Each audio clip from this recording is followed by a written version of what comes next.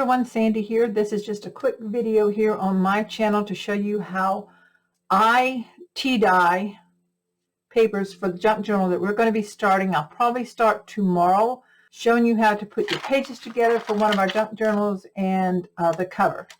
And then we'll be waiting for my pattern papers to come from Country Craft Creations to actually start decorating and adding stuff. And you can see here a stack of things I have accumulated. I have some that I just found at some thrift shops, which is where I'm going to suggest you start looking if you don't have anything, some older things that you might can find at antique malls or thrift shops, plus go through your laces and different things. So this stuff over here, don't worry about it right now. I'll be going over that probably tomorrow in a video.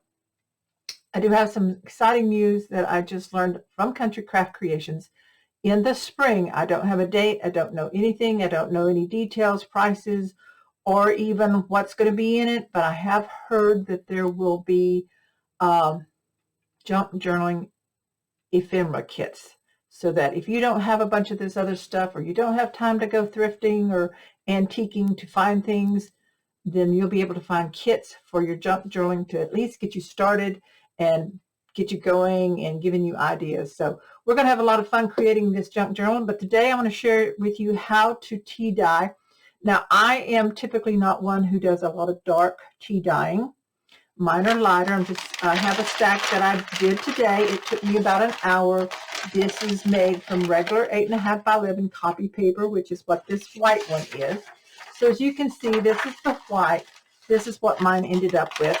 I did dry them in the oven. So putting them in the tea and drying them in the oven took me about an hour for about, I think I started with 20. I messed up a couple because they fell apart. I left them in too long. I have probably about 18 pages here to start on our journal.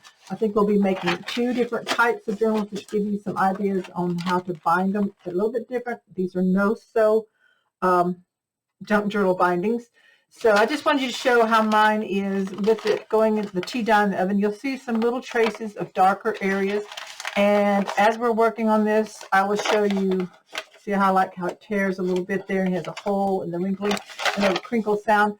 So this, coming up in this video is me showing little clips of me actually tea dyeing this in my kitchen using my iPhone. So it's going to be a little wonky video. It's not going to be as good as the one I have here on my desk. But anyway, this is how I do it. There's other videos that you might find. I know that Sally with Country Craft Creation does a lot of tea dyeing, and she really gets into detail with it, a lot of dark stuff and some different patterns and designs and putting it outside. And so she can share with you a lot more, but I wanted to show you this one real quick. If you've never done any tea dyeing, you just need some quick pages to get you started. This is a great way to do it. So stay tuned. I'm in the kitchen. I've got a couple of cookie sheets because I'm going to tea dye some papers and try to dry them in the oven.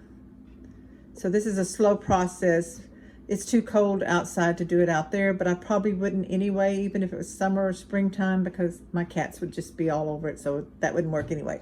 So I have a pan here with some tea. Now mine's not very dark, so I'm gonna have to leave it in there, but I don't necessarily like really dark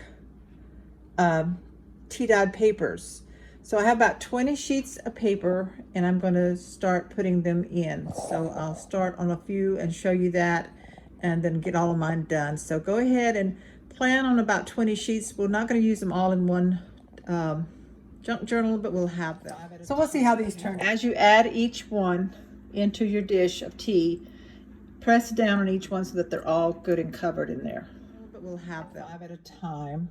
If you have a deeper dish and more tea, you could probably do more. So I'm gonna just let them sit for a while and see how dark they get. These in the oven.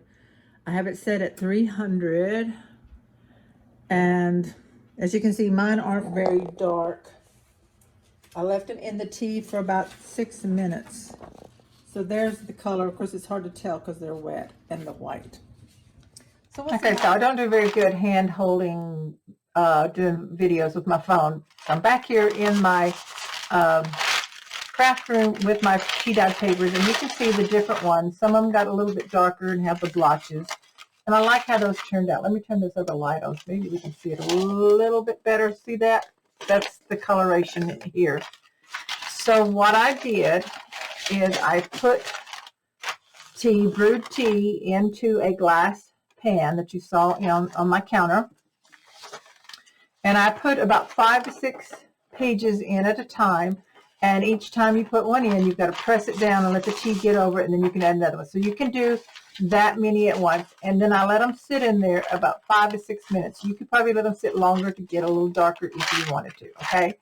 Then I took the very wet pages, each individual one, and I put 2 to a cookie sheet. Just laid them out like that in my cookie sheet. I have 2 pans.